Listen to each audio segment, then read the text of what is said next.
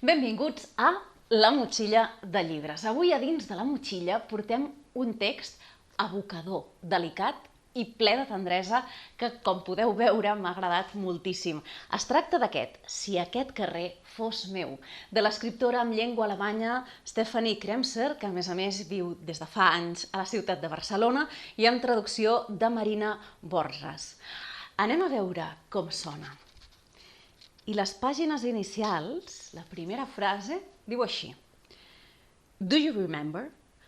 La postal amb aquesta mitja frase en anglès, escrita a mà amb tinta vermella i daurada sobre una imatge en blanc i negre, havia passat un temps indeterminat dins la caixa de cartró que reposava al terra del rebedor.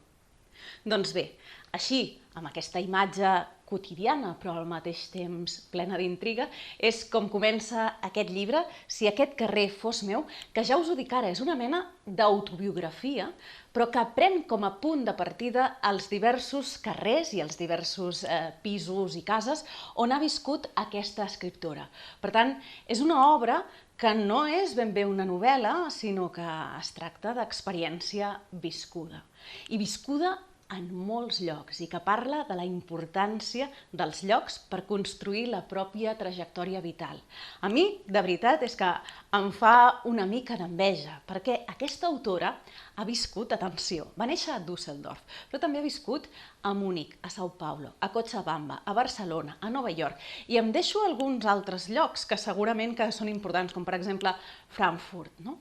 I a cada un d'aquests llocs reflexiona sobre temes importantíssims a partir de dades molt quotidianes i molt tendres, com us deia al principi. Potser a partir d'una postal o d'una caixa de cabals que està estranyament dipositada a la terrassa del seu pis al carrer Princesa de Barcelona, o com es va trobant amistats, va fent amistats en un lloc i, llastimosament, s'ha de desarrelar. Una mica la trajectòria d'Ulisses, però un Ulisses modern, aquest que ens explica Stefanie Kremser a Si aquest carrer fos meu.